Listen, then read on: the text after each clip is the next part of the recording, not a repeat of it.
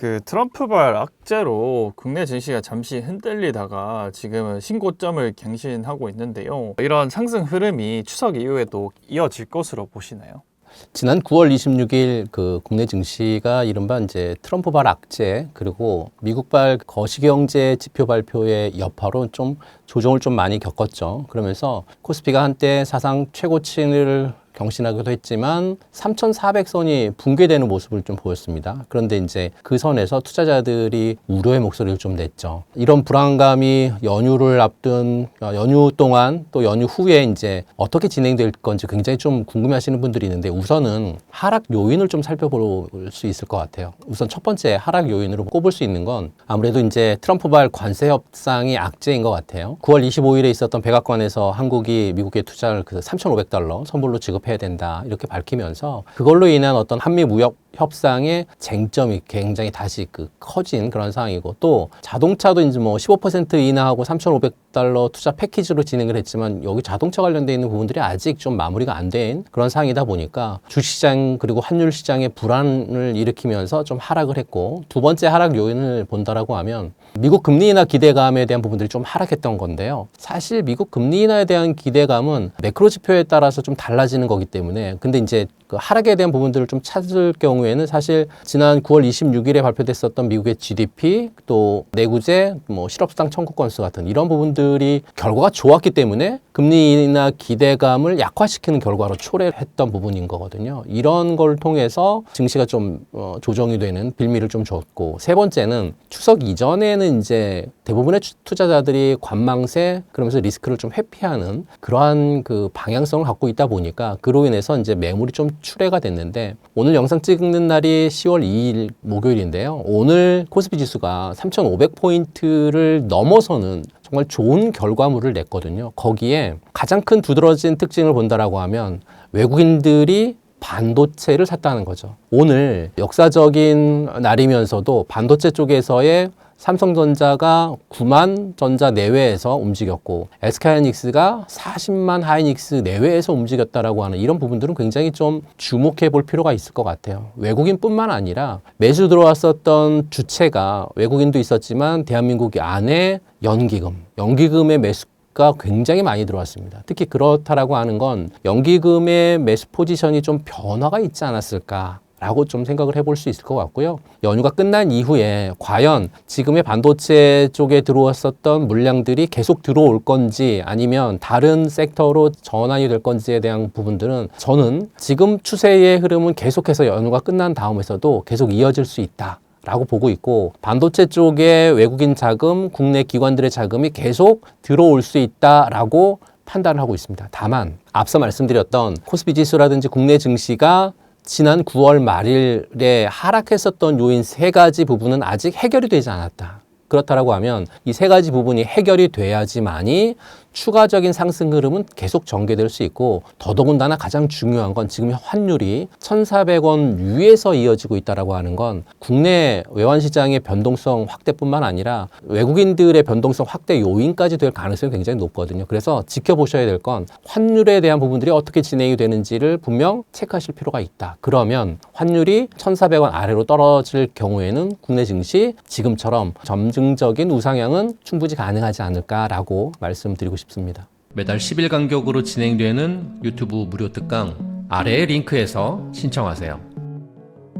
그래서 이렇게 시장이 오름에도 불구하고 많은 분들이 시장의 하락을 걱정하는 것 같아요. 시장의 변곡점이 나타나는 시그널들은 어떤 것이 있을까요? 현재 시장은 트럼프발 악재, 거기에 금리 인하 기대감 약화, 또 AI에 대한 어떤 버블, 과장론, 이런 거가 여러 가지 요인들로 인한 변동성이 좀 높은 그런 상황입니다. 근데 많은 분들이 사실은 하락세를 걱정하지만 이런 시기에 시장의 변곡점을 감지하는 건 정말 어떻게 보면 성공 투자 전략의 핵심입니다. 그래서 몇 가지 전환점을 알리는 그 시그널들을 체크하신다라고 하면 요 성공적인 투자 전략 핵심에 올라타는 거 아닐까라고 말씀드리고 싶어서 그 핵심 시그널들을 말씀드리면 첫 번째는 경기 지표의 어떤 반전인 것 같아요. 그러니까 실물 경제 지표의 회복을 체크하셨으면 좋겠습니다. 그러니까 경제 성장을 나타내는 GDP라든지 아니면 제조업 서비스업 PMI 지표 같은 거, 그리고 소매 판매 지수 같은 주요 지표들이 예상치를 상회하거나 개선되는 그런 부분들이 나타날 때는 정말 중요하거든요. 예를 들어서 최근에 미국의 GDP가 깜짝 성장을 했죠. 또 금리 인하 기대감을 약화시켰지만 반대로 보면 경기 둔화 우려를 덜어내는 긍정적인 시그널로 작용할 수 있잖아요. 또한 물가 지표도 체크하실 필요가 있는데 소비자 물가 지표인 CPI라든지 생산자 물가 지표인 PPI 같은 이런 물가 지표가 점차 안정화되면서 중앙은행의 긴축 기조 완화 가능성이 높아지면 시장에 긍정적인 영향을 주거든요. 그리고 고용 지표도 체크하셨으면 좋겠습니다. 급격한 금리 인하 사이클의 끝자락에는 고용 시장의 과열이 진정되는 모습이 계속 나타났었거든요. 이렇게 되면 중앙은행이 금리 인상 속도를 조절하거나 또는 인하를 고려할 수 있는 명분을 제공하기 때문에 시장에 안도감을 줄 수 있다고 하는 거죠. 주요 시그널 두 번째는 어떻게 보면 통화정책의 변화 같은 굉장히 중요하지만 우리가 일반적으로 놓치고 있는 부분들인데요. 그러니까 중앙은행이 금리 인상 사이클을 종료하고 금리 인하 가능성을 시사하거나 실제로 금리를 인하할 때 보는 어떤 대표적인 변곡점이 통화정책의 변화 이 부분인데요. 시장의 유동성 공급에 대한 기대감을 통해서 투자 심리가 개선될 수 있고 지금이 이제 통화정책의 주요 변곡점에 있다 이렇게 보시면 되겠는데요. 경제 위기가 진행이 될 때 중앙은행의 어떤 자산 매입을 통한 유동성 공급 같은 부분들은 시장의 어떤 강력한 상승 촉매자가 될 수 있기 때문에 이걸 우리는 흔히 양적 완화라고 하거든요. 그 양적 완화라고 하는 단어가 계속 들려올 때는 꼭 체크하실 필요가 있겠다라고 말씀드리고 또 세 번째 신호는 심리적인 신호인 것 같아요. 그러니까 모두가 공포에 떨 때 기회가 될 수 있다는 거잖아요. 그래서 투자 심리의 변곡점을 잃는 것이 굉장히 좀 중요하고 그 변곡점 중에 하나는 많은 분들이 알고 계신 공포지수, 빅스 차트죠. 그러니까 변동성 지수는 시장의 그 불안 심리를 가장 잘 보여주는 그러한 지표고 이 빅스 지수가 급등을 해서 한 40 근접하거나 또는 그 이상으로 치솟게 되면 정점을 찍고 다시 하락을 할 수 있거든요. 통계적으로 그 단기 고점일 부분들은 40을 넘었을 때가 가장 고점이었기 때문에 이렇게 극도의 공포감이 진행이 되셨을 때는 정말 중요한 시그널이기 때문에 변곡점 중에 하나라고 판단을 하셔서 투자 심리를 잘 읽으셨으면 좋겠고 그 빅스 차트를 보시게 되면 현재는 지금 보시는 빅스 차트처럼 앞서 말씀드렸던 40 위에 있을 때는 며칠 머물지 않고 공포가 떨어지고 있고요. 지금은 어떻게 보면 16이라고 하는 포지션에 빅스 차트가 있기 때문에 지금 같은 상황은 극단의 공포는 아니죠. 어떻게 보면 과열로 치달을 수 있는 그런 빅스 차트가 현재는 보여주고 있어서 이런 심리적인 신호도 체크하실 필요가 있고 그다음에 네 번째는 외국인 투자자들의 어떤 매수하는 그러니까 외국인 투자자들의 귀환 같은 이런 부분들도 체크하실 필요가 있을 것 같아요. 국내 증시의 방향키를 쥐고 있는 건 당연 외국인 투자자니까요. 원달러 환율이 안정세로 돌아서고 또 외국인이 선물 시장에서의 순매수 포지션을 늘리거나 또는 현물 시장에서 대규모 순매수로 전환하는 모습이 포착이 된다라고 하면 이는 시장의 변곡점을 알리는 굉장히 강력한 시그널이다 이렇게 판단하고 있습니다. 결론적으로 시장의 변곡점은 몇 가지 신호로 복잡하게 보실 필요 없이 이런 간단한 신호로 보시면 말씀드린 신호가 시장의 신뢰도를 굉장히 높일 수 있거든요. 물론 이제 한 가지 지표만 맹신하기보다는 경제 지표가 신호를 보내고 또 금리 인하 기대감이 살아나면서 극도의 공포 속에 외국인 수급이 돌아오는지에 대한 어떤 종합적인 부분들을 판단하신다라고 하면 아마 현명한 투자가 충분히 가능하지 않을까 이런 말씀 드리고 싶습니다.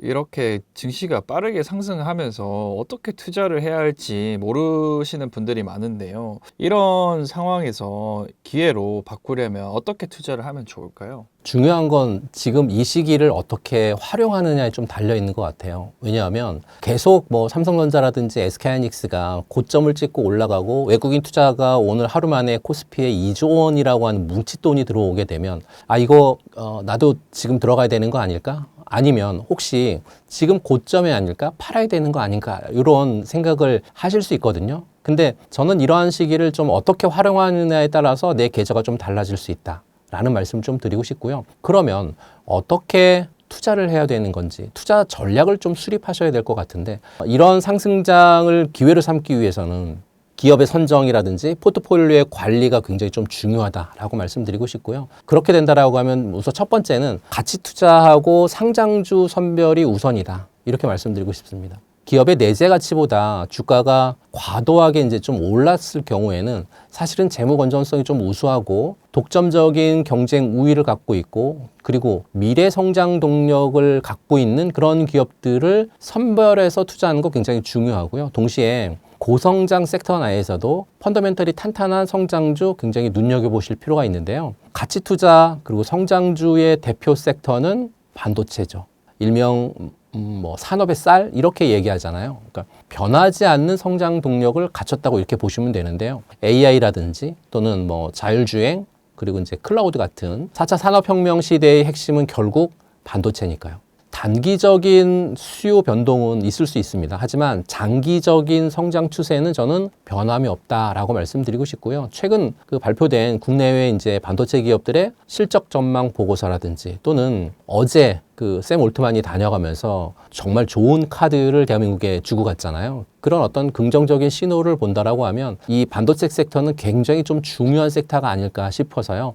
반도체 섹터 안에서의 대장 종목들, 특히나 오늘 외국인들이 많이 산 그런 종목들은 계속해서 저는 볼 필요가 있겠다라고 말씀드리고 싶고요. 두 번째 다른 섹터는 친환경이라든지 신재생에너지 섹터입니다. 기후변화 대응은 전 세계적인 과제고 특히 특정 정치 이슈에 관계없이 꾸준히 진행될 수밖에 없는 메가 트렌드라고 저는 생각을 하거든요. 거기에는 태양광이나 풍력 그리고 수소 이런 친환경 에너지 관련 기업들은 정부의 정책적 지원과 함께 장기적으로 성장할 가능성이 굉장히 높기 때문에 이 신재생 에너지 관련되어 있는 종목도 체크하실 필요가 있겠다라고 말씀드리고 어떻게 투자할까 두 번째는 미래 유망 섹터 발굴인 것 같아요. 올해 그러니까 2025년 투자 전략에서 지주사, 조선, 에너지 업종 같은 이 정책 수혜주로 주목받는 부분들이 굉장히 컸거든요. 그러면서 장기적인 트렌드를 이끌어갈 핵심 기술이라든지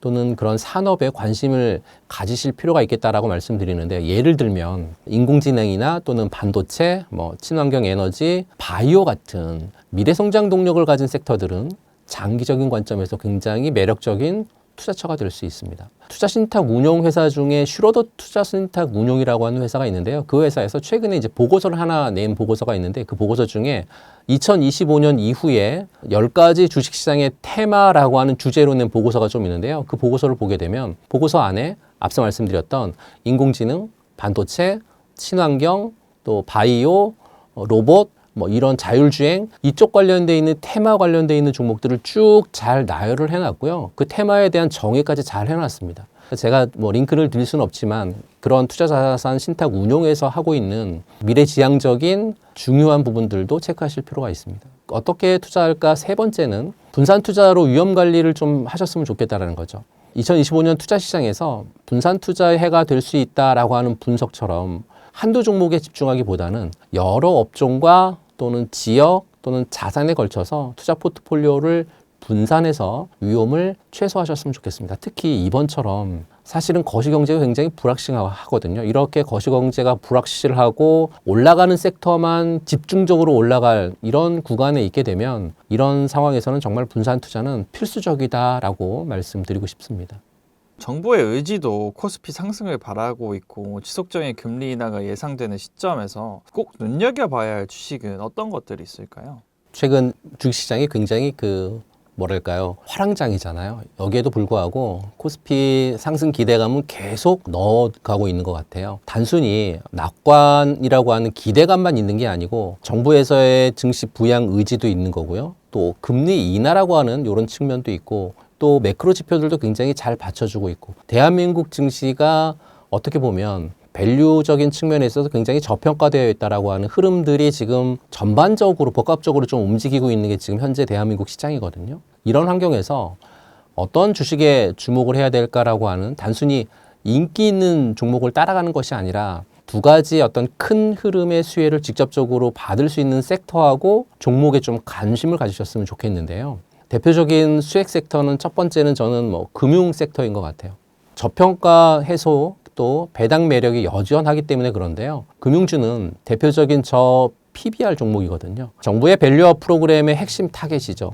그러니까 금리 인하 시기에는 대출 수요가 증가하고 또 은행의 예대 마진이 개선될 수 있기 때문에 실적에 긍정적인 영향을 미칠 수 있거든요. 더더군다나 높은 배당 성향으로 인해서 안정적인 투자 매력도까지 갖고 있는 금융주는 저는 뭐 필수다라고 이렇게 말씀드리고 싶고, 만일 금융주 중에서 종목을 골라라라고 한다라고 하면 두 종목, KB금융하고 신한지주 같은 이런 종목을 고르셨으면 좋겠습니다. KB 종목 같은 경우에 국내 그 최대 규모의 금융지주회사고 또 은행, 뭐 증권, 보험 같은 다양한 포트폴리오를 갖고 있고 또 안정적인 수익을 창출하고 있는, 거기에 정부의 밸류업 프로그램에 직접적인 수혜를 받을 수 있는 가장 핵심적인 종목인 것 같고요. 신한지주 역시 KB금융하고 함께 금융 대장주로 꼽히고 있고 안정적인 실적과 그리고 굉장히 높은 배당 매력을 갖고 있기 때문에 이런 쪽에서의 그 투자 매력도도 높지만 최근 들어서 비은행 부분의 성장세도 굉장히 발돋움이 커지고 있거든요. 그렇다라고 하면 신한지주 같은 종목도 함께 보실 필요가 있겠다라고 말씀드리고, 대표적인 수익 섹터 두 번째는 반도체하고 IT 플랫폼 섹터입니다. 그러니까 기술 성장주는 금리 인하의 가장 큰 수혜주거든요. 금리가 높을 때는 뭐 미래 성장 가치에 대한 할인이 커가지고 주가에 굉장히 부담이 되지만, 금리가 낮아지게 되면 미래 가치를 재평가받을 수 있고 그러면 주가의 상승 탄력을 받을 수 있어서, 특히 여기에는 인공지능이라든지 반도체 또 로봇 이 관련 기술주들에 대한 부분들을 굉장히 좀 주목하셨으면 좋겠다라고 말씀을 드리고 싶고, 반도체하고 IT 플랫폼 중에 종목을 골라라라고 하면 저는 첫 번째로는 반도체 쪽에서는 삼성전자, IT 플랫폼에서는 네이버, 이 두 종목을 보셨으면 좋겠어요. 삼성전자는 반도체 업황 회복과 함께 AI 반도체 시장에서의 경쟁력 강화하고 있고, 특히 금리 인하로 인한 어떤 유동성 확대는 물론 글로벌 반도체 시장의 턴어라운드에 대한 기대감을 동시에 갖고 있는 그런 기업이 삼성전자이기 때문에 그렇고요. 두 번째로 말씀드린 네이버는 국내 IT 플랫폼의 선두 기업이거든요. 특히 뭐 AI라든지 클라우드 같은 신사업에 대한 투자를 확대하고 있고, 이번에 네이버하고 업비트하고도 합병한다라고 하는 부분들 역시나 굉장히 큰 어떤 투자 비전을 제시한 거거든요. 또한 금리 인하 시점에는 성장성에 대한 어떤 재평가도 이루어질 가능성이 굉장히 높다라고 판단하고 있어서요. 방금 말씀드렸던 네이버하고 두나무의 어떤 빅딜로 인해서 실적도 대박이 될 거고 미래 사업의 어떤 시너지에 대한 기대감도 좀 커지고 있으니까 이런 반도체 쪽에서의 삼성전자, 네이버 충분히 보실 필요가 있겠다. 그렇게 말씀드리고, 대표적인 수혜 섹터 세 번째는 저는 조선 섹터는 계속 보실 필요가 있을 것 같아요. 글로벌 인프라 투자 어떤 확대되고 있는 그런 기조, 거기에 해양 플랜트라든지 또는 친환경 선박 수주 증가에 힘입어서 실적 개선이 기대되고 있는 경기 민감주이기 때문에 그렇고요. 올해 이제 하반기 2025년 하반기부터 경기가 좀 회복될 방향성으로 예상을 한다라고 하면 경기 민감주에 대한 포지션을 늘려가는 건 당연하다라고 말씀드리고, 거기에 부합하는 종목은 저는 조선 섹터인 것 같고요. 지정학적 리스크하고 또 에너지 안보 강화 같은 이런 걸로 인해서 방산 부분의 성장도 추가적인 어떤 모멘텀이 있다. 이렇게 말씀드리고 싶어서 조선 섹터에서의 종목을 골라라라고 하면 첫 번째 HD, 현대중공업 같은 이런 종목을 관심에 두시면 어떨까라고 말씀드리고 싶고요. 이번 증시는 굉장히 포지션이 다양하지 않고요. 외국인들이 들어오는 종목들만 올라가고 있는, 어떻게 보면 단순한 시장 같습니다. 하지만 굉장히 그 단순한 시장임에도 종목을 고르기에 굉장히 어렵거든요. 여기에는 정부 정책이라든지 거시적인 흐름 같은 거, 이런 거를 잘 파악을 하셔서 좋은 기업을 정말 좋은 가격에 매수할 수 있는 그런 기회로 삼으셨으면 좋겠다. 이렇게 말씀드리고 싶습니다. 그래서 이런 증시의 가파른 반등세에 많은 분들이 투자에 관심을 가지는 것 같아요. 만약에 1억이 있다면 어떻게 포트폴리오를 구성하는 것이 좋을까요?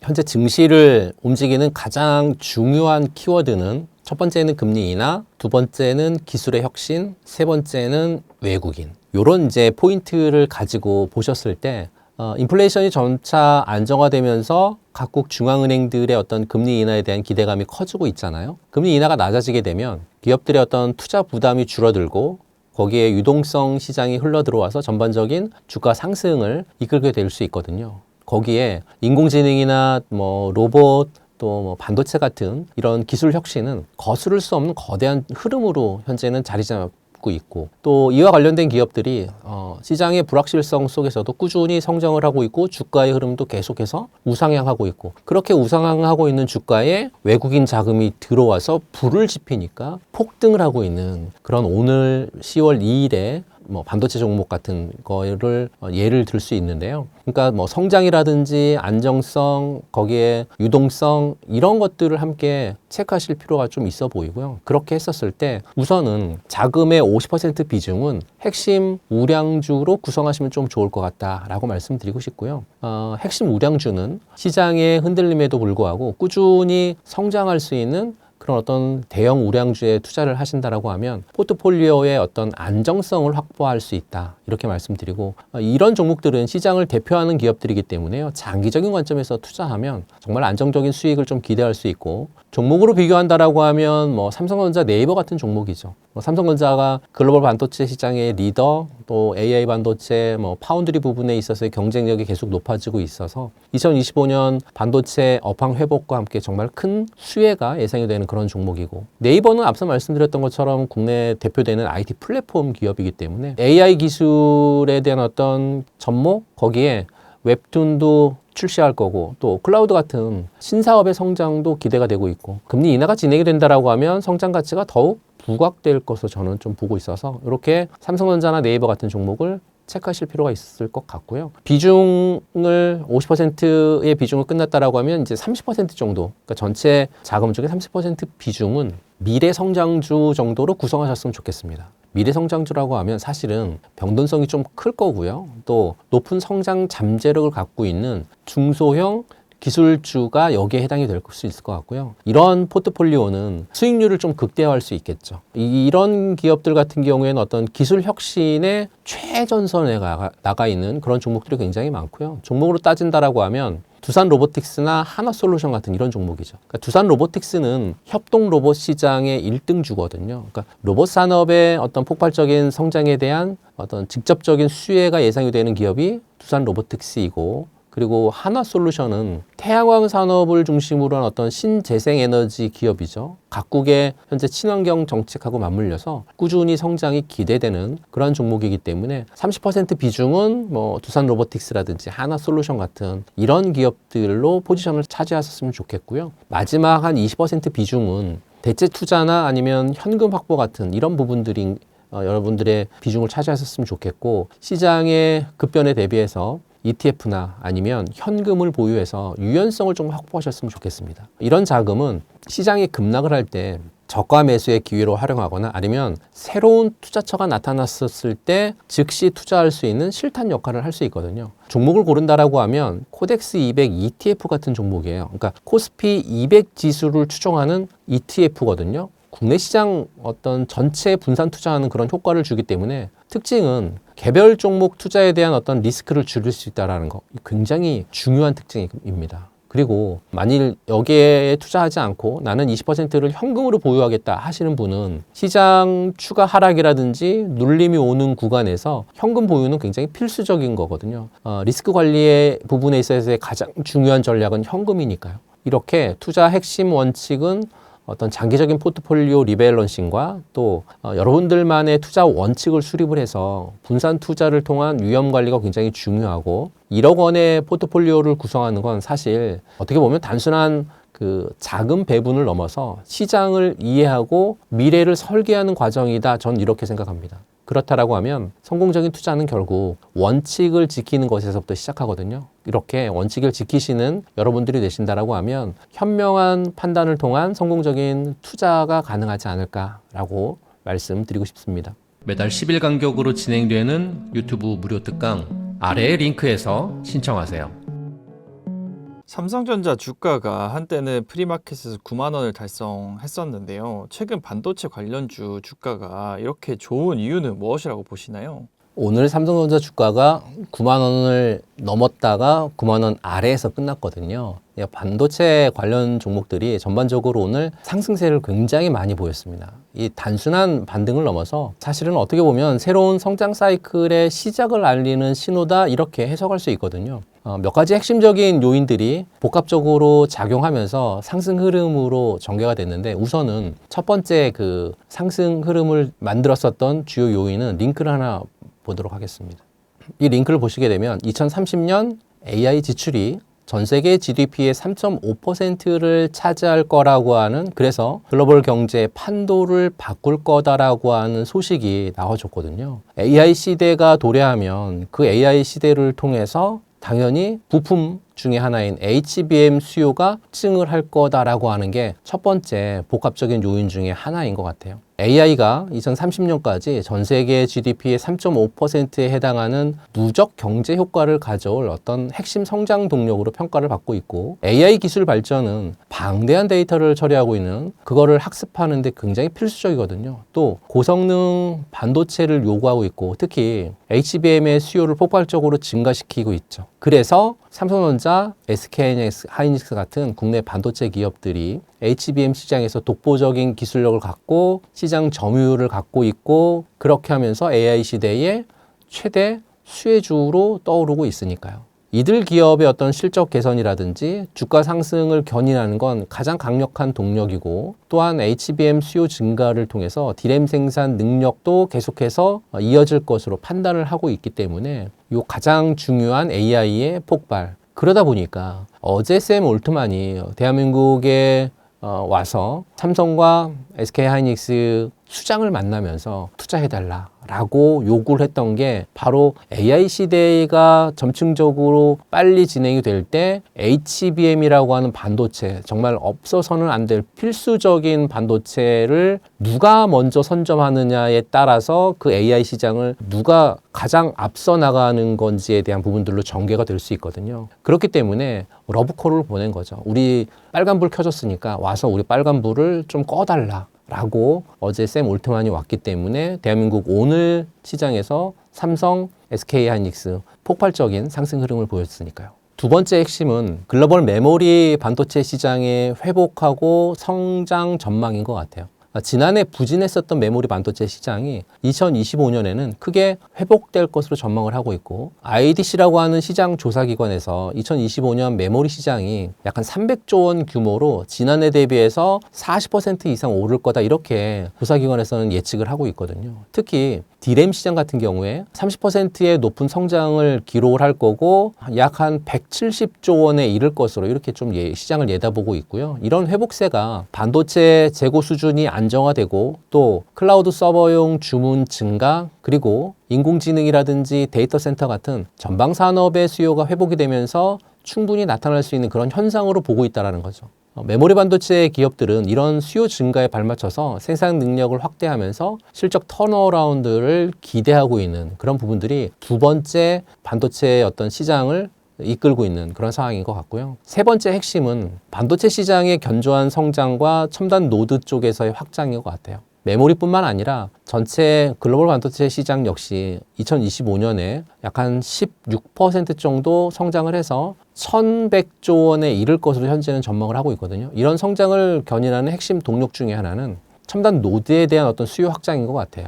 AA 반도체 붐을 타고 첨단 노드 용량은 약 매년 10% 이상씩 증가하고 있고, 웨이퍼 제조 같은 경우에도 올해 2025년 이후에 매년 7에서 8%씩 계속 증가할 걸로 보고 있습니다. 그러면서 평균 가동률 같은 경우 거의 100%에 달할 가능성이 굉장히 높게 점쳐지고 있거든요. 이러한 기술 발전과 시장 확대를 통해서 반도체 장비 시장에서도 긍정적인 영향을 미치고 있고, 2025년에 1,250달러를 돌파할 것으로 현재 예측하고 있기 때문에 이런 견조한 시장 성장의 첨단 노드 쪽에서의 확장도 중요하다. 네 번째 핵심은 재고 감소가 진행이 되고 있고 그로 인한 수요가 개선이 되고 있다는 거죠.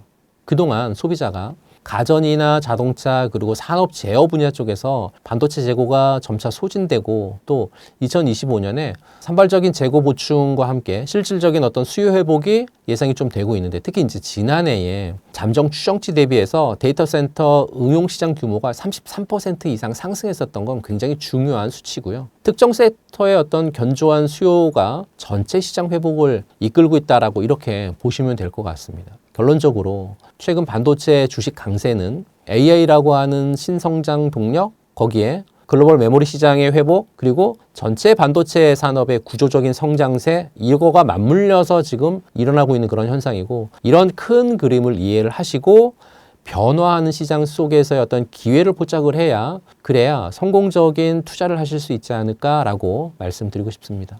그래서 글로벌 투자은행 UBS가 SK 하이닉스 주가가 향후 12개월간 50% 상승할 거라는 분석을 내놨는데요. 대표님께서 보시기에 가능한 시나리오라고 보시나요? 최근 UBS가 SK하이닉스에 대한 그 매수 의견을 유지하면서 목표 주가를요. 원래는 UBS가 39만 원을 목표 주가 잡았는데 이거 수정했어요. 43만 원으로. 근데 이제 지금 보게 되면 39만 원에서 43만 원까지 조정을 했지만 오늘 SK하이닉스 종가가 40만 원 아래 39만 9천 얼마에 끝난 걸로 제가 알고 있거든요. 저는 이 UBS 쪽에서의 목표 주가 43만 원 충분히 달성 가능하다라고 말씀드리고 싶고요. 국내 증시를 이끄는 핵심 종목 중에 하나가 SK하이닉스잖아요. 굉장히 미래에 대한 뜨거운 관심을 갖고 있고 주가에 반영을 하고 있다 이렇게 보고 있고 이번에 UBS의 어떤 낙관적인 전망은 합리적인 근거를 갖고 있고 충분히 가능성 있는 어떤 시나리오다라고 판단하고 있습니다. 그 근거 몇 가지를 말씀 좀 드려보면 우선은 HBM 시장에서의 독보적인 선두주의하고 AI 반도체 수요의 폭증인 것 같아요. UBS의 보고서를 가장 핵심적인 부분을 본다라고 하면 SK하이닉스가 HBM 시장을 주도하고 있다라는 거고요. 특히 엔비디아의 강력한 파트너를 통해서 HBM3를 독점 공급하고 있다는 점을 굉장히 강조하고 있습니다. 또 AI 기술의 발전이 가속화되면서 HBM은 AI 서버와 데이터 센터의 필수 부품으로 자리 잡고 있고 그 수요는 폭발적으로 증가하고 있기 때문이죠. HBM은 일반 D램보다 단가가 훨씬 높기 때문에요. 수익성 개선을 굉장히 크게 기여하고 있고 SK하이닉스가 이 분야에서 기술적 우위를 통해 가지고 시장을 선점하고 있으면서 막대한 성과를 거두고 있고 향후에도 AI 시장 성장의 최대 수혜주가 될 거다라고 하는 그런 전망이 UBS의 전망이기 때문에요. 충분히 가능성이 있어 보일 것 같고 두 번째는 메모리 반도체 시장에서의 강력한 어떤 회복 사이클인 것 같아요. 지난해 부진했었던 메모리 반도체 시장이 올해를 기점으로 좀 회복세를 보이고 있거든요. 그러니까 본격적인 어떤 상승 사이클에 진입했다 이렇게 볼 수 있는데요. UBS는 SK하이닉스의 낸드 플래시 계약의 또 평균 판매 가격 가정치를 올해 그 4분기에 전분기 대비해서 한 10% 성장할 걸로 이렇게 좀 상향 조정을 했어요. 이렇게 되면 이전에는 한 5% 성장을 전망을 했었는데 그 5% 성장에 2배 상향된 그런 수치잖아요. 그렇다라고 하면 전반적인 D램이라든지 낸드 플래시의 가격 강세가 예상이 될 수 있고 이렇게 되면 SK하이닉스의 실적 턴 어라운드를 가속화하는 정말 중요한 요인으로 작용할 수 있을 거다라고 판단하고 있습니다. AI 수요로 인해서 HBM 생산 증가가 기존의 D램 생산을 줄이면서 D램 가격 상승을 부추기는 그런 효과도 있는 거죠. 마지막으로 기업의 수익성 개선이라든지 또는 밸류에이션의 재평가인 것 같아요. HBM과 같은 고수익 제품의 비중 확대하고 전반적인 메모리 가격 상승은 SK하이닉스의 매출액과 또 영업이익을 크게 개선시킬 것으로 기대가 되는데 UBS는 이 메모리 가격 강세가 예상보다 견고할 거다라고 이렇게 좀 판단하고 있어서 이런 점이 SK하이닉스의 수익성을 높여서요. 기업 가치를 재평가하는 요인이 될 거라고 보고 있고 현재 시장은 AI 관련 기업의 프리미엄 밸류에이션을 좀 부여하고 있고 또 SK하이닉스 역시 HBM 경쟁력을 바탕으로 해서 이러한 재평가 흐름에 올라탈 가능성이 굉장히 크다 이렇게 말씀드릴 수 있습니다. 물론 긍정적인 측면만 있는 게 아니고요. 주의해야 될 요소들도 좀 있는 것 같아요. 그러니까 글로벌 경제 둔화 가능성도 주의하셔야 될 것 같고 또 주요 경쟁사의 HBM 시장 추격도 주의하셔야 될 것 같고 예상치 못한 지정학적 리스크 같은 부분들도 주의하실 필요가 있는 거죠. 투자 결정할 때 신중하게 이런 부분들도 고려해서 투자하셨으면 좋겠고요. 종합적으로 볼 때 SK하이닉스는 HBM 시장의 압도적인 리더십, AI 시대의 핵심 수혜주로서의 위치, 거기에 메모리 반도체 업황의 개선이라고 하는 3박자가 맞아 떨어지면서 상당한 주가 상승 잠재력을 보유하고 있다라고 판단되고요. UBS가 상승 전망 43만 원, 저는 충분히 합리적인 시나리오다라고 판단하고 있고 기업의 본질적인 가치와 성장 동력을 고려할 때는 더욱더 지켜볼 가치가 있지 않을까 이렇게 말씀드리고 싶습니다. 내년에도 HBM 시장에서 SK하이닉스가 가장 유리한 위치를 이어갈 것이라는 전망이 많은데요. 내년 HBM 전망 어떻게 보시나요? 결론부터 말씀드리면 2026년에 HBM 시장은 지금보다 훨씬 더 거대하고 역동적인 판이 될 거다라고 판단하고 있는데요. 시장 조사기관들 같은 경우에 몇몇 조사기관들의 데이터를 보면 HBM 시장이 연평균 40% 이상 성장한다라고 나타나고 있습니다. 폭발적인 성장이죠. 2026년에 그 시장이 55조 원에 육박할 것으로 좀 예측도 하고 있고, 이 폭발적인 성장의 중심에는 차세대 AI 가속기가 있죠. AI 칩의 제왕이라고 불리우는 엔비디아가 2026년에 새로운 루빈 GPU 플랫폼을 출시할 계획인데, 이 루빈 GPU가 5세대 HBM인 HBM3E를 넘어서 6세대 제품인 HBM4가 탑재될 예정이거든요. AI 성능이 고도화될수록 더욱 빠르고 용량이 큰 메모리가 필수적인데, HBM4로의 전환은 시장에 어떻게 보면 거대한 성장 동력이 될 수 있을 거다, 이렇게 보고 있고요. 현재 HBM 시장의 어떤 지배자라고 할 수 있는 건 명실상부한 SK하이닉스죠. 시장의 관심은 SK하이닉스가 HBM4 시대에도 1위 자리를 지킬 수 있는가, 여기에 쏠려 있고, 그렇다라고 하면 SK하이닉스가 가진 무기는 어떻게 될까요? 현재 SK하이닉스는 엔비디아와 함께 HBM4를 공동 개발하고 있고, 단순한 공급사를 넘어서 차세대 AI 칩 설계 단계에서부터 함께하는, 어떻게 보면 핵심 파트너라고 하는 의미가 있거든요. 내년에, 그러니까 2026년 루빈 GPU 출시에 맞춰서 HBM4를 양산하겠다라고 하는 이런 계획은 엔비디아하고의 어떤 긴밀한 협력 없이는 불가능하죠. 즉, 엔비디아하고 굳건한 동맹은 무기라고 할 수 있는 것 같고요. 두 번째는 압도적인 기술력하고 노하우도 역시나 무기인 것 같습니다. SK하이닉스가 HBM3에서 핵심 기술인 MR-RUF 공법을 통해 가지고요, 어떤 독보적인 안정성과 생산성을 확보했거든요. 이 기술적 우위를 통해서 HBM4에서도 이어가고 있고, 이어갈 거고, 한 발 더 나가서 하이브리드 본딩 같은 차세대 패키징 기술 도입을 검토하고 있거든요. 이렇게 되면 기술 초격차를 계속 유지할 수 있다라고 전 보고 있어서, 압도적인 기술력, 거기에 노하우도 두 번째 무기인 것 같습니다. 세 번째 무기는 선제적인 투자인 것 같아요. SK하이닉스 청주 공장, 그리고 미국의 인디애나 공장 같은 HBM 생산 라인에 대한 대규모 투자를 단행하고 있는데요. 2026년에 폭증할 어떤 수요에 선제적으로 좀 대비하고 있다, 이렇게 보시면 될 것 같고, 2026년 HBM 시장은 SK하이닉스의 어떤 수성이냐 아니면 삼성전자의 탈환이냐의 어떤 구도로 요약이 좀 될 수 있을 것 같고요. SK하이닉스의 우위가 지속될 가능성이 저는 조금 높다, 이렇게 말씀드리고, 현재로서 엔비디아의 강력한 파트너십하고 HBM3에서 증명된 어떤 기술적인 안정성을 바탕으로 해서 SK하이닉스가 2026년도에도 선두 자리를 유지할 가능성이 더 높다고 판단하고 있고, 퍼스트 무버의 이점은 쉽게 사라지지 않기 때문에 그렇습니다. 그리고 삼성전자의 추격은 어떻게 보면 시장의 파이를 키울 것이다, 이렇게 말씀드리고 싶고요. 삼성전자의 거센 추격은 SK하이닉스에겐 분명 위협이지만, 한편으로는 전체 HBM 시장의 기술 발전, 성장, 여기를 촉진하는 어떤 긍정적인 역할을 충분히 할 수 있을 거거든요. 경쟁 심화로 인한 어떤 단가 하락에 대한 우려보다는 AI 시장의 성장으로 인한 전체 수요 증가 효과가 훨씬 더 클 걸로 보고 있습니다. 결론적으로 내년 2026년 HBM 시장은 두 거인의 치열한 격전지가 될 가능성이 굉장히 높다라고 보고요. 어느 한쪽의 승리를 예단하기보다는 HBM 시장의 어떤 자체 구조적인 성장에 주목을 하실 필요가 있을 것 같고, SK하이닉스를 중심으로 포트폴리오를 구성을 하되 삼성전자의 기술 개발과 고객사 확보 뉴스를 지속적으로 추적하시면서 양사 간의 경쟁 구도 변화에 유연하게 대응하는 전략이 좀 유효하지 않을까라고 말씀드리고 싶습니다. 삼성전자가 오랜 어려움 끝에 부활했다는 이야기가 솔솔 나오고 있는 상황인데, 삼성전자의 현 상황과 앞으로 전망은 어떻게 보시나요?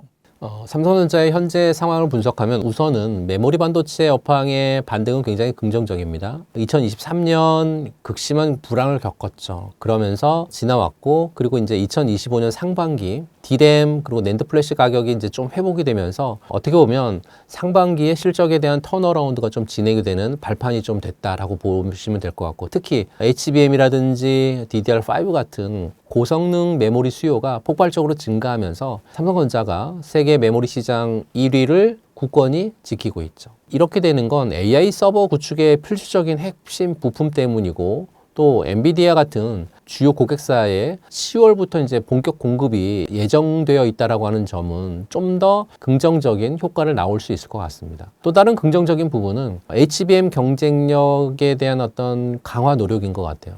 과거에 HBM 품질 검증 이슈로 굉장히 그 우려스러운 소리들이 굉장히 많이 나왔잖아요. 삼성전자가 HBM 시장에서의 SK하이닉스의 독주를 끝내고 3파전 구도를 형성하기 위해서 박차를 좀 가하고 있고, 내년 2026년에는 삼성전자의 HBM 시장 점유율이 지금 시장 조사 기관 쪽에서 보게 되면 한 30% 정도 되지 않을까? 이렇게 이제 예견을 하고 있어서 강력한 반격을 현재 준비하고 있다, 이렇게 보시면 될 것 같습니다.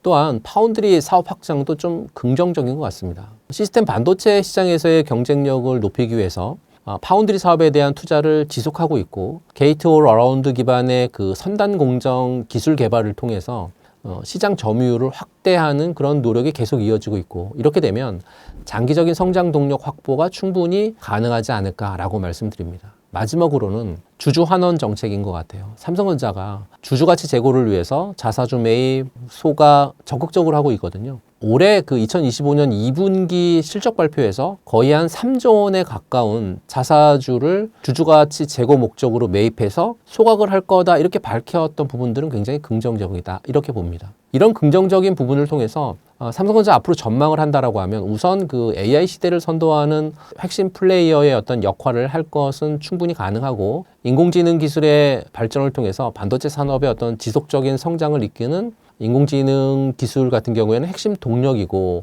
그 동력을 삼성전자 같은 경우에 메모리나 뭐 파운드리 그리고 LSI 같은 반도체 전반에 걸친 포트폴리오를 통해서 충분히 대응할 수 있고, 또 독보적인 위치에 올라갈 수 있다, 이렇게 볼 수 있을 것 같고요. 특히 HBM 경쟁력 강화는 AI 가속기 시장에서의 어떤 점유율 확대 그리고 수익성 개선에 결정적인 역할을 할 걸로 판단하고 있습니다.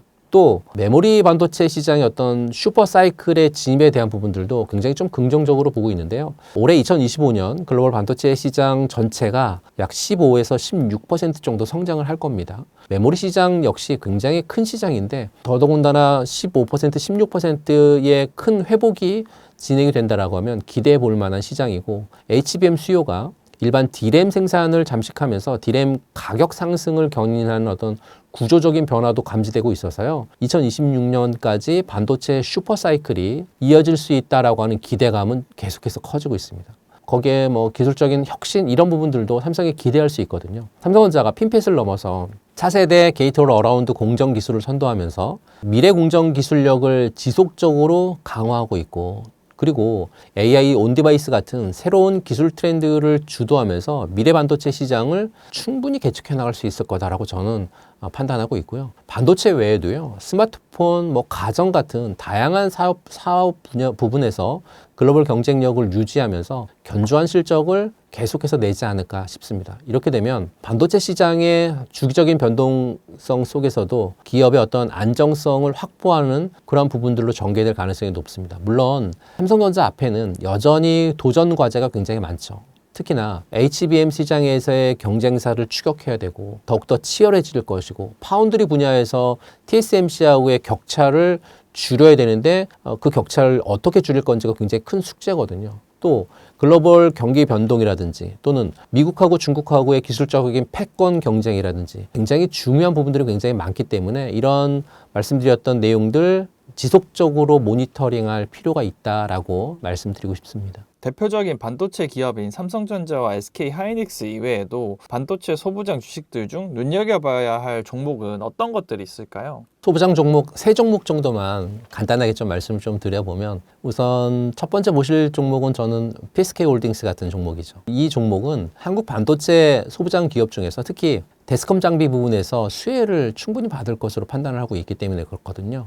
데스컴 공정은 반도체 패키징 과정에서 그 웨이퍼 표면에 유기 잔유를 제거하는 굉장히 중요한 단계예요. 공정 미세여가 심화될수록 그 중요성이 굉장히 크게 부각되는 그런 상황인데, 그거를 하기에 정말 딱 맞는 그런 기업이고, 데스컴 장비 소요가 늘어날 수 있는 현재 그 산업 변화 속에서 관련 기술력을 보유한 PSK 홀딩스 같은 부분들은 시장의 핵심적인 공급자로서 확고한 입지를 충분히 다질 것으로 판단하고 있습니다. 이렇게 되면 반도체 산업의 기술 고도화 추세하고 맞물려서 꾸준한 성장을 이끌 굉장히 큰 동력이 아닐까라고 말씀드리고 싶어서요. PSK 홀딩스 같은 종목 보시면 되는데 PSK 홀딩스에 대한 차트를 보면서 전략에 대한 부분들 말씀 좀 드려보도록 하겠습니다. PSK 홀딩스의 일봉 차트입니다. 일봉 차트인데요.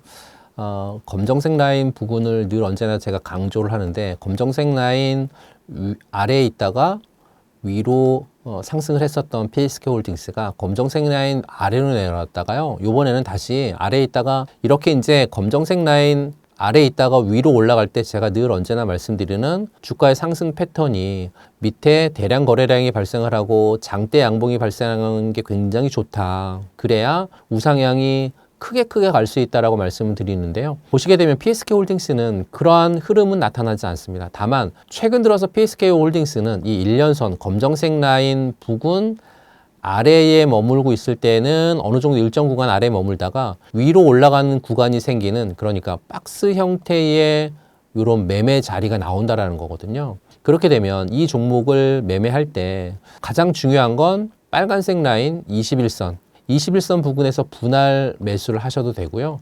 1년선 검정색 라인 부근에서의 분할 매수를 하셔도 상관이 없습니다. 이렇게 빨간색 라인, 검정색 라인 부근에서의 2번 분할 매수를 하신 이후에 보시는 것처럼 빨간 그 박스를 크게 그려드렸으니까 박스를 크게 그려드렸던 요 구간 정도 안에서 위에 올라오는 가격대가 전개가 되면 수익 실현을 충분히 할 수 있는 그런 종목이다. 라는 말씀을 좀 드리고요. 두 번째 종목은 테크윙이라고 하는 종목이죠. 테크윙은 반도체 후공정 검사 장비 분야에서의 1등 기업입니다. 최근 반도체 시장의 그 호황과 함께 긍정적인 시장 분위기 속에서 수익률 같은 경우에 테크윙이요. 한 70%에 달하는 굉장히 높은 수익률을 기록하고 있거든요. 그러면서 시장에 주목을 받고 있습니다. 고성능 메모리 반도체 또 비메모리 반도체의 복잡한 부분들이 굉장히 크게 증가할 때마다 정밀하고 또 효율적이고 그런 어떤 검사 장비의 중요성은 굉장히 커지고 있는데 테크윙이 이런 시장의 니즈를 충족시켜주고 있다라고 보시면 될 것 같고요. 기술적 우위를 점하고 있기 때문에 앞으로도 성장성이 굉장히 크게 기대가 되는 그런 기업이고요. 테크윙이라고 하는 종목 보면서 말씀드려 보도록 하겠습니다. 앞서 보셨던 PSK 홀딩스하고 테크윙이라고 하는 종목은 약간 좀 다르게 움직이고 있죠. 1년선 부근을 중심으로 박스권에 움직이던 테크윙이 어느 날 보니까 대량 거래량을 동반을 하고 그 박스권을 탈출하는 장대 양봉이 나와줬죠. 이렇게 되면 이 지금 장대 양봉이 나와준 요 가격대 부근 그러니까 5만 원 정도 내외 부근 정도 되는 그 가격대가 온다라고 하면 테크윙은 분할 매수 전략 굉장히 좋습니다. 특히 5만 원이라고 하는 가격대가 있고 또 21선이라고 하는 선이 있기 때문에 5만 원대 또 21선이라고 하는 5만 원 초반 가격대에 왔었을 때의 분할 매수 전략을 여러분들에게 적극적으로 말씀 좀 드리고요. 이 이전 고점 부근에 있었던 이 가격대가 5만 원대잖아요. 이 5만 원대는 지지라인이 충분히 될 수 있을 가능성도 높고 지지라인 구간에서 눌림 전략 괜찮지만 만일 이 5만 원이라고 하는 가격대가 깨지게 된다라고 하면 굉장히 많이 조금 밑으로 내려갈 가능성이 좀 높기 때문에 눌림이라고 하는 부분과 손절을 잘 하시는 분들은 이런 종목 대응 전략 굉장히 좋다 이렇게 말씀드리고요. 세 번째 종목은 유진테크인 것 같아요. 그러니까 유진테크는 반도체 증착 장비 분야에서 독보적인 기술력을 갖고 있는 그런 기업이거든요. 과거에 이 유진테크가 아시는 분들은 아시겠지만 100% 이상의 수익률을 달성한 적도 있었으니까요. 그러니까 소재 장비 업종의 호황을 이끌었었던 종목 중에 하나가 유진테크고 특히 AI 반도체의 어떤 확신에 따라서 HBM과 같은 차세대 반도체 쪽에서의 제조 공정 또 증착 장비의 역할 굉장히 중요해지고 있기 때문에 유진테크의 이런 기술 변화의 핵심을 체크하실 필요는 있어 보이고 글로벌 반도체 기업들의 설비 투자에 따라서 굉장히 큰 수혜를 받을 가능성이 높은 그런 종목이 저는 유진테크다라고 말씀드리고 싶습니다. 차트를 보면서 유진테크도 말씀드려 볼게요.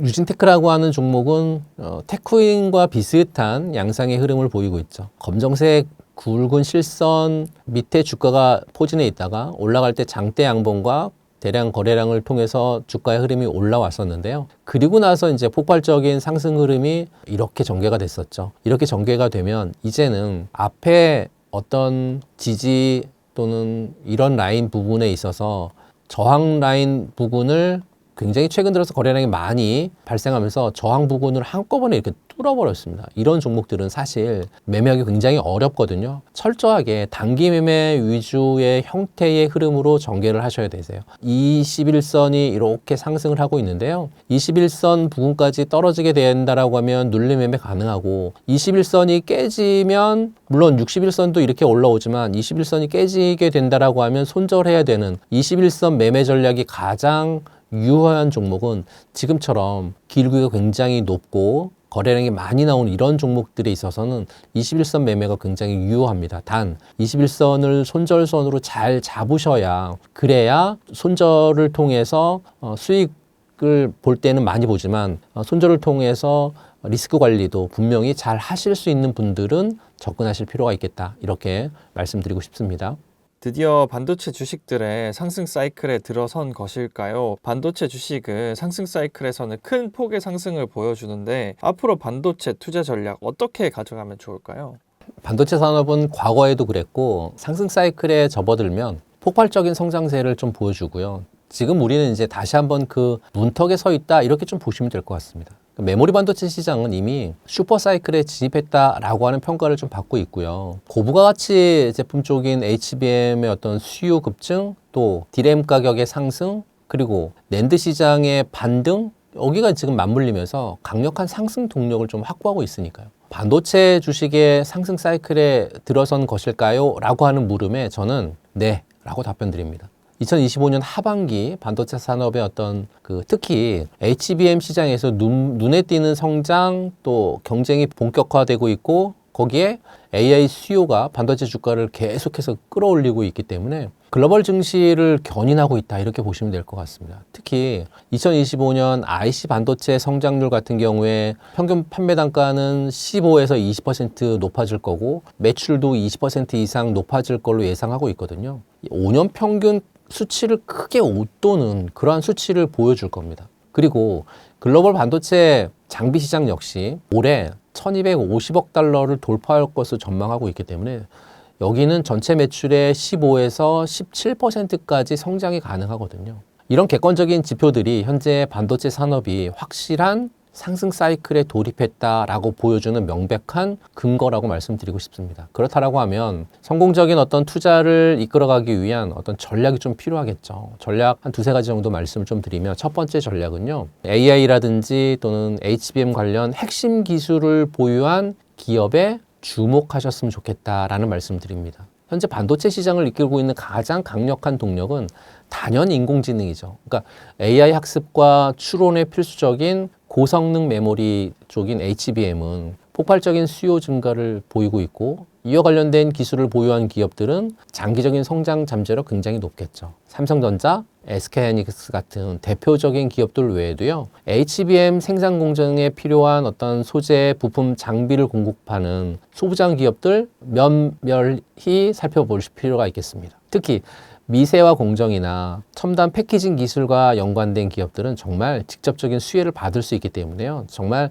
잘 찾아보실 필요가 있겠고요. 두 번째 전략은 기술 초격차의 어떤 소부장 기업들을 선별해서 주목하셨으면 좋겠습니다. 메모리 미세화의 어떤 한계를 돌파할 때 어떤 필수적인 수율 개선이 관건이고요. 거기에 독점적 기술을 갖고 있는 기업들은 굉장히 주목하고 여러분들이 체크하실 필요가 있고요. 칩 제조사 같은 경우에 가격보다는 사실은 어떻게 보면 수율 확보가 최우선이거든요. 고압수소 어닐링 기업인 HPSP나 또는 고성능 테스트 소켓 기업인 리노공업이나 또 EUV라든지 고부가 화학 소재 기업인 동진 세미캠, 한솔 케미칼 같은 진입 장벽이 굉장히 높으면서 독점 기술을 갖고 있는 기업은 어떻게 보면 불황에도 실적이 견조하기 때문에 호황기에는 폭발적인 성장이 좀 가능하지 않을까 이렇게 판단을 좀 하고 있고요. 세 번째는 대형주하고 소부장주의 어떤 밸런스를 좀 유지하셨으면 좋겠어요.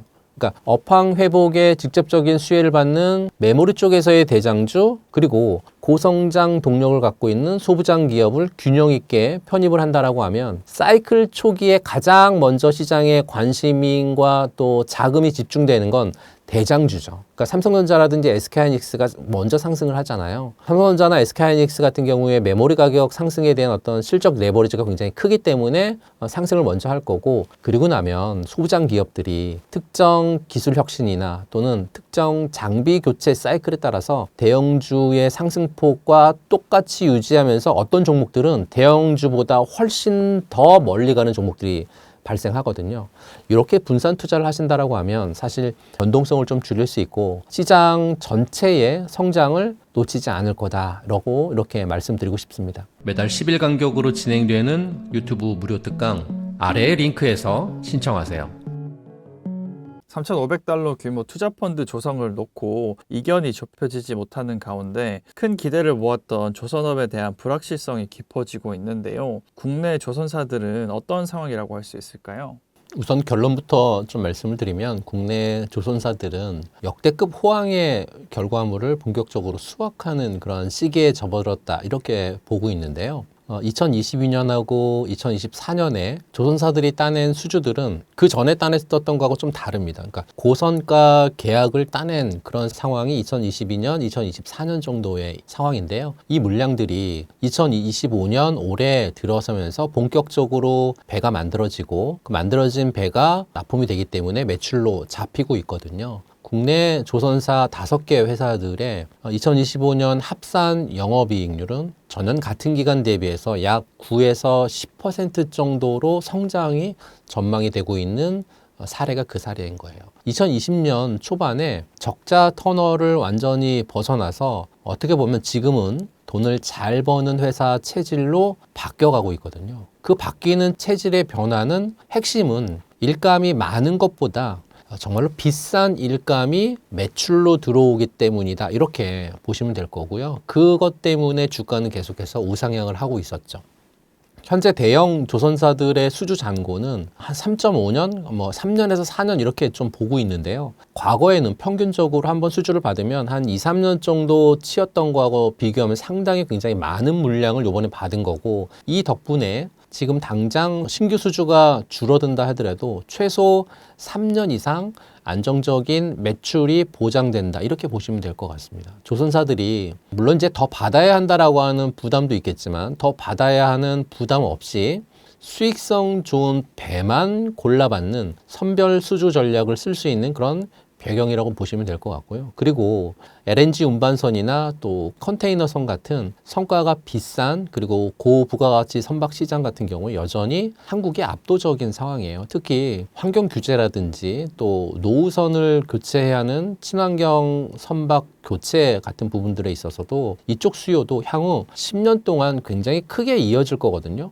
여기는 지금 정말 핵심 성장 동력이라고 얘기해도 과언이 아닐 부분들인데요. 여러분들이 가장 좀 궁금해하시는 지금 현재의 대목은 3,500억 달러 규모의 투자펀드 조성의 난항, 그리고 한미 조선 협력 펀드 논의가 신중해진다, 이런 부분들에 대한 거잖아요. 사실은 어떻게 보면 리스크인 부분들인 거예요. 그러니까 거대한 펀드는 대규모 기술 개발이라든지 또는 설비 투자, 그리고 인력 양성 같은 미래 경쟁력 확보를 위한 국가 차원의 보증 수표 같은 건데, 이 논의가 지연되거나 예를 들어서 결과가 안 좋게 나올 경우, 특히 미국 시장 진출이나 또는 첨단 기술 투자에 차질이 생길 수 있다라고 하는 그런 우려가 나오는 거는 당연하겠죠. 그럼 지금 이 조선 쪽에 투자하고 있는 여러분들이나 제가 봐야 할 것들은 어떤 거가 있을까라고 생각을 해본다라고 하면, 당장의 실적보다는 장기적인 성장 동력하고 글로벌 입지에 영향을 줄 수 있을지에 대한 부분들을 보셨으면 좋겠다는 거죠.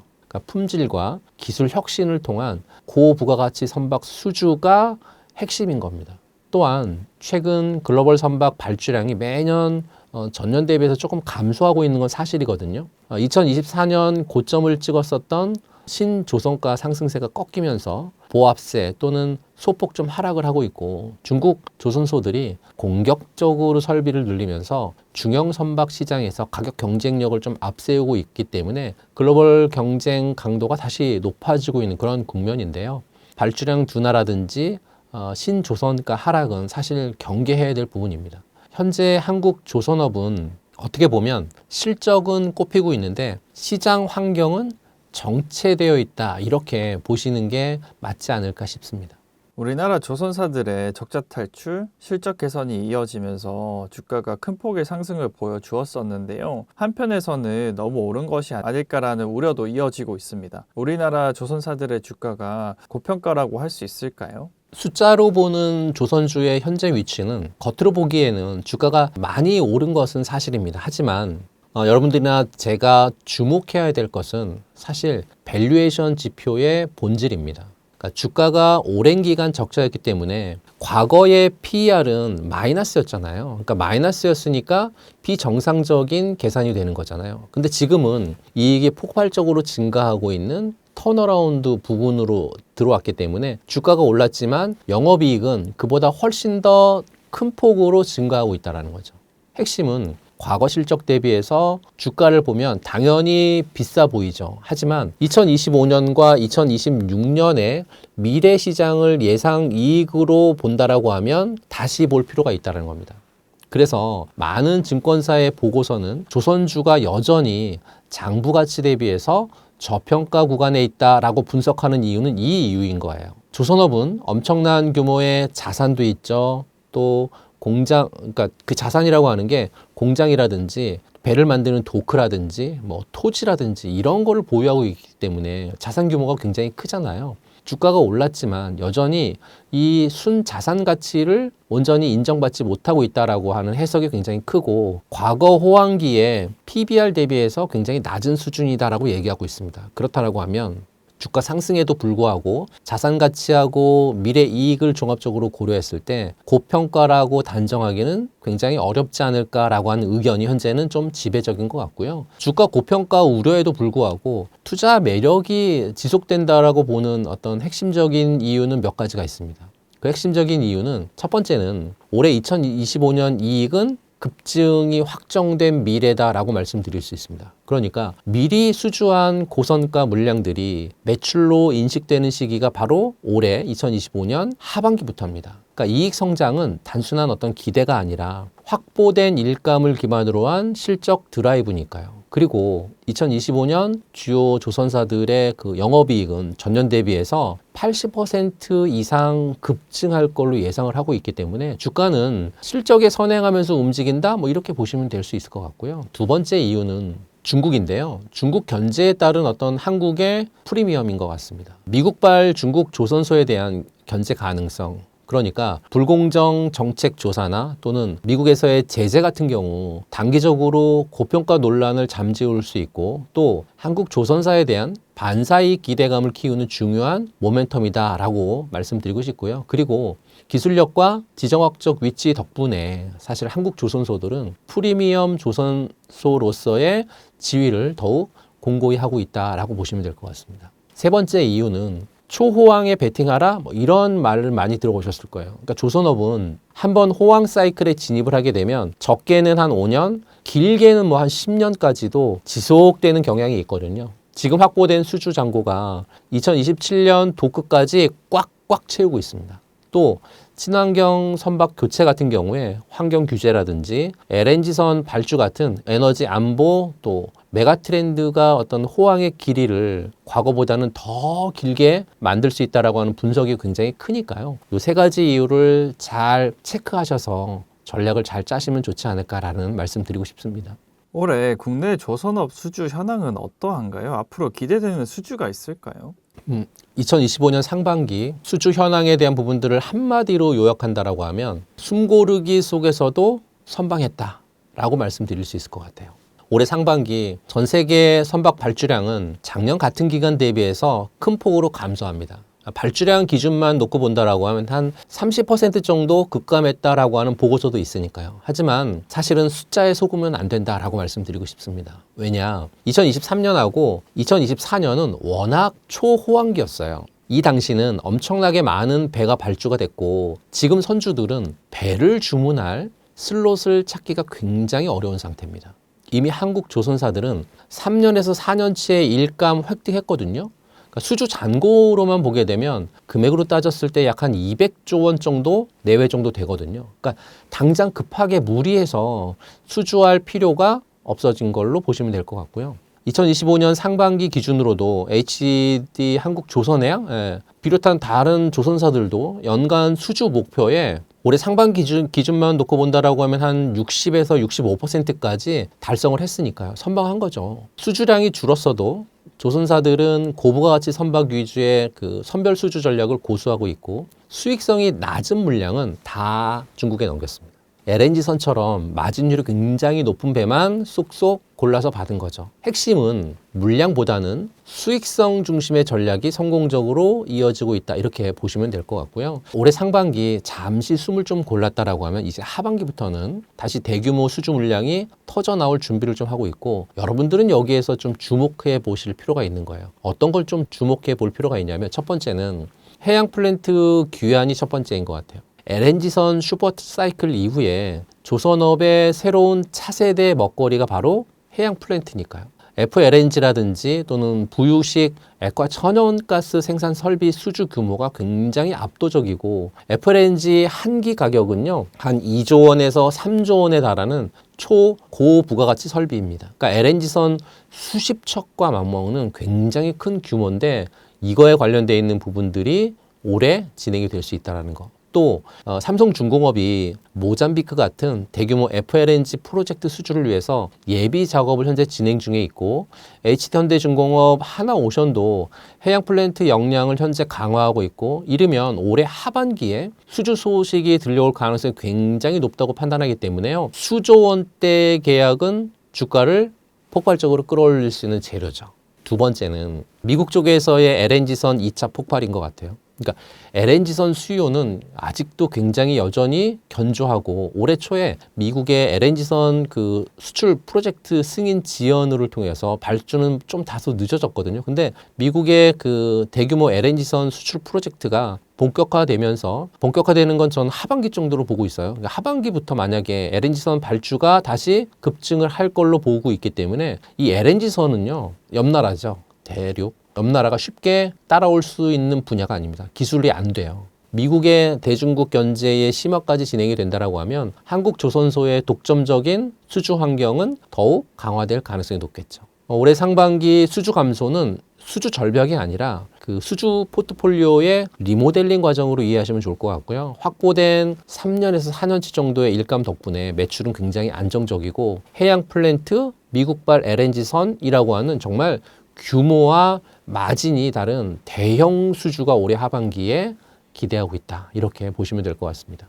글로벌 조선업 시장에서 가장 큰 비중을 차지하는 나라가 바로 중국인데 현재 우리나라 조선업은 중국과 비교했을 때 어느 정도의 경쟁력을 가졌는지 궁금합니다. 글로벌 조선업 시장에서 보시는 것처럼 중국은 수량 면에서 가장 큰 비중을 차지하는 게 현실입니다. 최근 수주 점유율만 보게 되면 K조선이 밀리는 것 아니냐 뭐 이런 우려스러운 목소리가 나오고 있는데 하지만 투자하는 여러분들이나 저나 단순한 수치 싸움이 아니라 지금 우리 조선업이 중국 대비해서 어떤 결정적인 경쟁력을 갖고 있는지 이걸 분석하는 게 좀 필요하거든요. 사실 중국은 양적 우위로 시장을 장악하고 있다라고 하는 부분들은 맞습니다.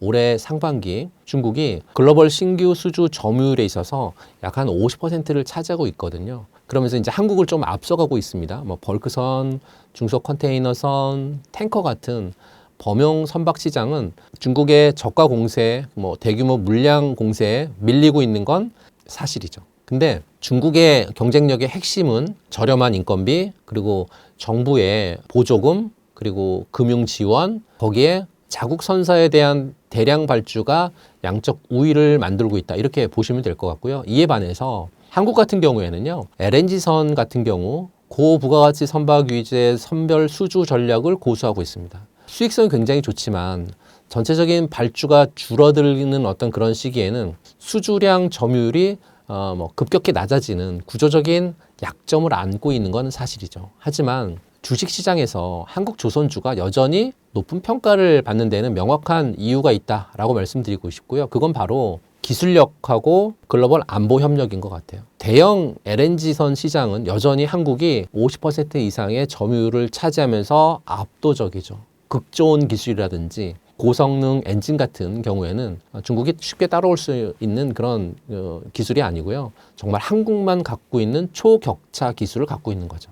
또한 수조 원대 규모의 초고난도 해양 설비 시장에서 역시나 삼성중공업 같은 한국 조선사들이 세계적인 리더십을 발휘하고 있고 마진율이 10%에서 15%에 이를 정도로 굉장히 마진율이 높거든요. 이런 마진율이 높은 시장에서 대한민국 조선사들이 싹쓸이를 하고 있는 그런 상황이 현재 펼쳐지고 있습니다.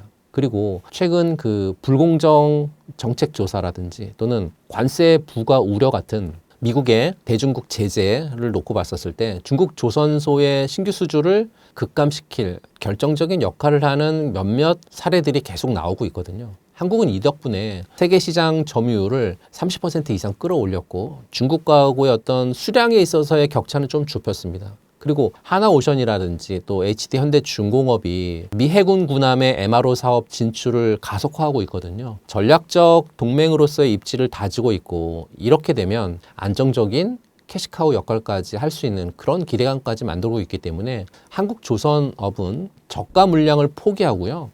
고수익 기술에 집중하는 선택과 집중 전략으로 현재 나아가고 있고요. 중국이 어떻게 보면 양적으로 시장을 장악하고 있는 건 맞지만 하지만 수익성이 높은 그러니까 돈 되는 배는 여전히 한국이 만들고 있다. 이렇게 보시면 될 것 같고요.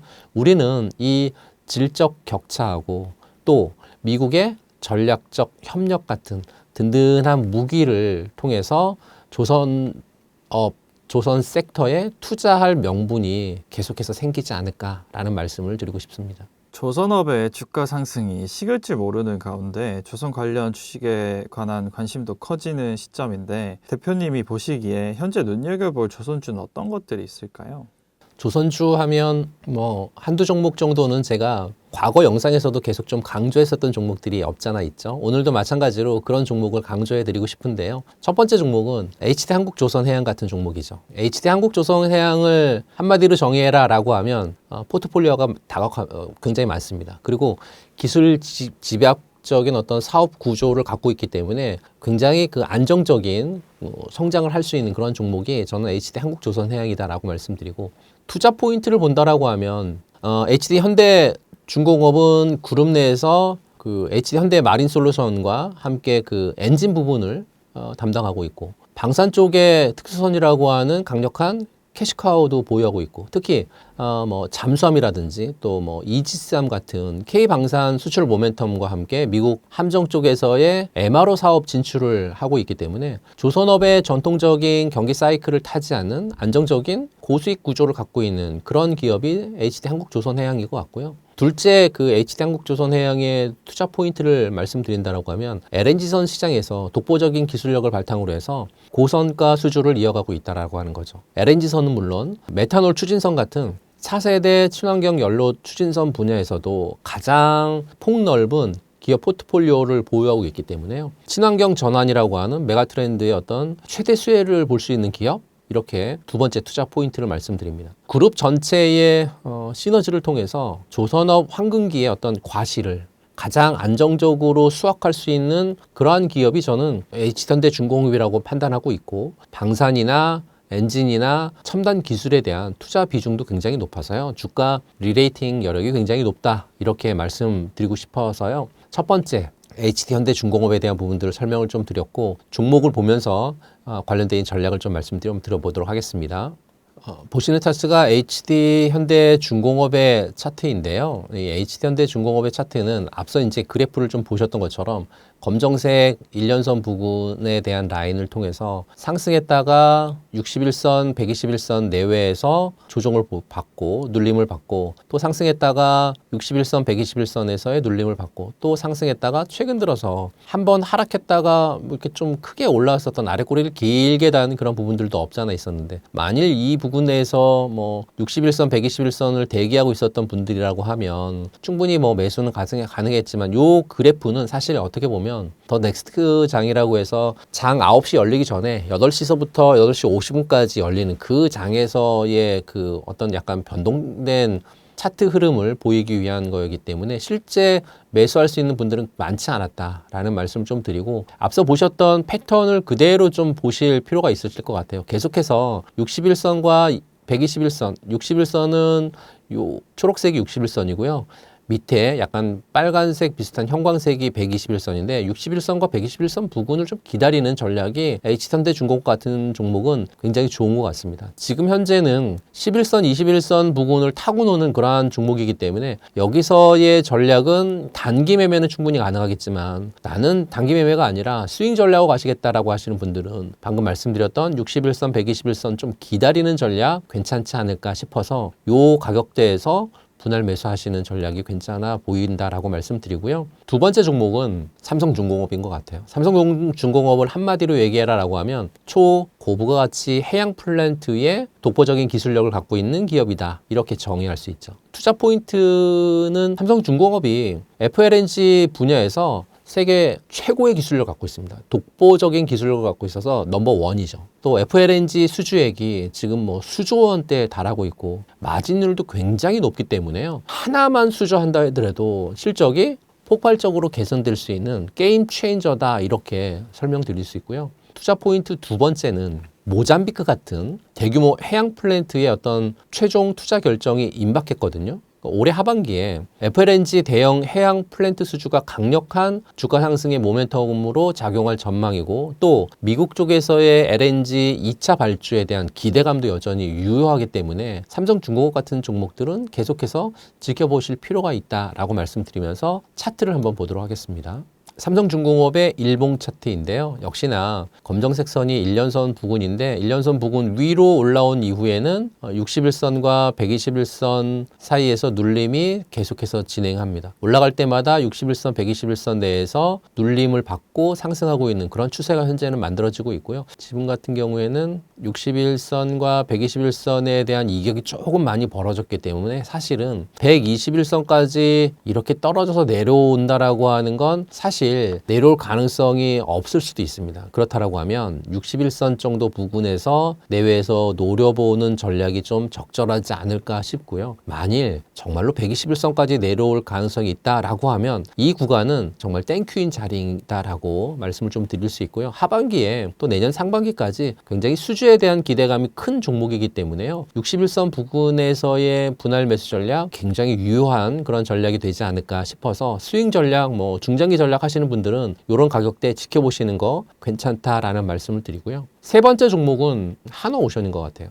한화오션을 한마디로 얘기해라라고 하면 방산 플러스 LNG, 그리고 이제 그거에 따른 한화그룹하고 같이 흡수합성되면서 시너지 효과, 이거를 한마디로 얘기할 수 있을 것 같고, 투자 포인트는 한화그룹 쪽에서의 편입된 이후에 자금 수요를 통해 가지고 재무 구조가 굉장히 안정적이 됐거든요. 그룹 내에서 방산 기술 또 글로벌 네트워크 활용을 통해 가지고 해양 방산 시장에서 입지를 굉장히 빠르게 다지고 있는 그런 기업이고, 투자 포인트 두 번째를 말해라라고 하면 LNG 건조 외에도 잠수함 같은 특수선 건조 분야에서 기술력을 인정받고 있는 기업이죠. 미국의 함정 MRO 시장 진출 과 또 미국의 조선소하고의 협력 같은 글로벌 방산 시장의 어떤 확대를 통해서 신규 성장 동력도 가장 뚜렷하다, 이렇게 볼 수 있는 기업이고, 과거에 대우조선 해양 시절에 재무 리스크를 좀 해소하고 한화의 강력한 지원을 등에 업고 방산 그리고 고부가 가치 상선 부분에서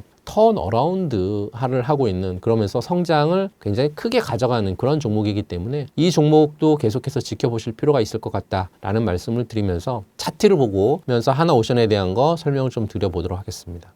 한화오션은 지금 오늘 촬영하는 날이 10월 2일인데요. 10월 2일에 한화오션은 중요한 가격대 라인을 이렇게 만들어주고 있습니다. 이게 어떤 거냐면 이전에 저항 부근이었었던 가격대가 이렇게 라인을 그을 수 있거든요.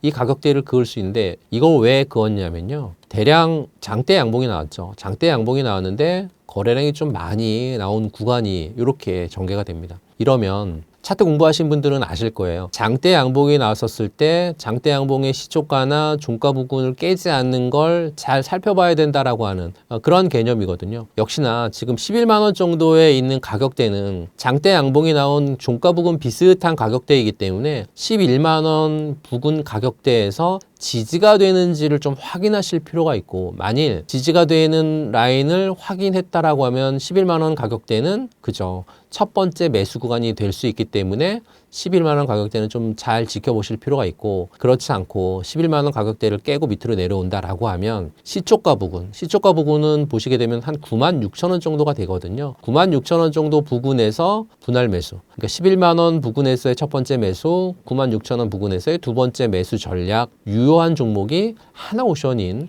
이런 종목이기 때문에요. 이런 종목도 계속해서 지켜보실 필요가 있지 않을까라는 말씀을 드리고 싶습니다. 조선주 실적 성장이 이어지고 있지만 반면에 너무 고점이 아닐까 걱정하시는 분들도 많은 상황인데요. 어떤 전략을 가지고 투자하는 것이 좋을까요? 최근 조선주가 그 슈퍼 사이클이라고 하는 말과 함께 굉장히 뜨거운 관심을 받고 있거든요. 특히 뭐 HD한국조선해양, 뭐 삼성중공업, 하나오션 같은 주요 조선사들이 실적 개선을 보여주면서 주가도 굉장히 크게 상승했으니까요. 근데 하지만 투자 심리가 과열될 때는 냉철한 판단이 굉장히 중요하다라고 말씀드리고 싶고요. 지금 같은 상황에서 조선주에 대한 투자 전략을 세울 때는 몇 가지 핵심 포인트를 좀 기억하셨으면 좋겠어요. 우선 첫 번째는 장기적인 안목으로 기업의 펀더멘탈을 확인하셨으면 좋겠다라는 거죠. 단기적인 주가 상승에만 현혹되기보다는 기업의 어떤 본연의 가치를 들여다보는 거 굉장히 중요하고, 조선업의 특성상 조선업은 수주 산업이고, 한번 수주를 받게 되면 배는 짧게는 한 2년, 길게는 뭐 한 4, 5년까지도 매출이 굉장히 이어지거든요.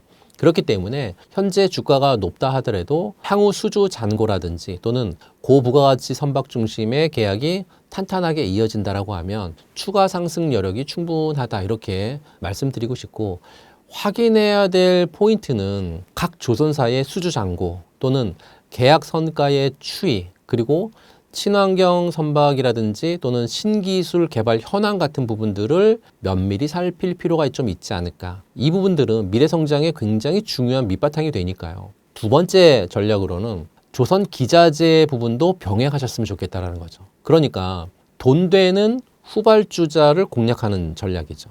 조선업 사이클에서 가장 큰 이익률 개선을 보는 섹터 중에 하나가 바로 조선 기자재 업체들인데, 조선사들이 수주한 그 고선가 물량이 실제 건조되면서 매출로 잡힐 때는요, 부품을 납품하는 기자재 업체들, 또 납품 가격 상승과 더불어서 생산 수주 물량 증가라고 하는 정말 두 가지 수혜를 충분히 입을 수 있거든요. 특히 LNG선 그 화물창 단열재의 뭐 동성 화인텍이라든지 또는 핵심 밸브나 피팅 쪽에서의 선점을 하고 있는 태광이나 그리고 뭐 성광밴드 같은 이러한 종목들은 기술 장벽이 굉장히 높은 기업들이거든요. 이런 기업들은 사실 어떻게 보면 조선사보다 더 높은 마진율을 기록하기도 과거에는 했었으니까요. 조선 3사 대형주가 이미 많이 올랐다라고 판단하신다라고 하면 실적 개선이 본격화되는 기자재 섹터에도 편입을 해서 후발주자 효과를 노리는 것도 굉장히 중요한 유효한 전략이다, 이렇게 말씀드릴 수 있을 것 같습니다. 세 번째 전략은 거시경제 변화라든지 산업의 동향을 꾸준히 모니터링 하실 필요가 있는데요. 근데 조선업이 글로벌 어떤 무역 환경이라든지 에너지 전환 정책이라든지 또는 지정학적 리스크 같은 거시적인 요인에 굉장히 크게 그 영향을 받죠. 3,500억 달러 규모의 투자 펀드 조성에 대한 이견이나 또는 미중 무역 갈등에 대한 부분들이 뭐 심화된다라고 하는 이런 뉴스들은 분명 조선업의 불확실성을 가중시키는 그런 요인이 될 수 있고요. 확인 포인트를 말씀드리면 국제해사기구의 환경 규제가 강화되고 있거든요. 또 친환경 그 선박 교체 수요도 계속 늘어날 수 있는 부분들, 거기에 글로벌 경기에 대한 회복세가 지연이 되면서 해상 물동량이 늘어나고 선박 발주가 증가하는 이런 부분들, 그리고 후판 같은 선박 건조에 필요한 원자재 가격에 대한 변동, 또 이런 부분들을 좀 체크를 하셔야, 그래야 사실 여기에는 호재도 있고 악재도 있고 계속 왔다 갔다 하거든요. 그런 부분들이 어떻게 보면 수익성에 굉장히 중요한 영향을 미칠 수 있고 또 수주에 굉장히 큰 영향을 미칠 수 있기 때문에요. 이런 부분들을 잘 체크하실 필요가 있고 조선주 투자는 지금은 긍정적인 실적 또 미래 성장 기대감을 동시에 가지고 있고 하지만 고점 우려는요 언제나 그 합리적인 어떤 투자자들의 마음가짐인 것 같아요. 철저한 기업 분석이라든지 또는 위험 관리를 통해서 급등락의 어떤 일희일비보다는 장기적인 관점에서 꾸준히 성과를 거둘 수 있는 그런 기업에 투자하시면 좋겠다. 그런 말씀을 좀 드리고 싶습니다.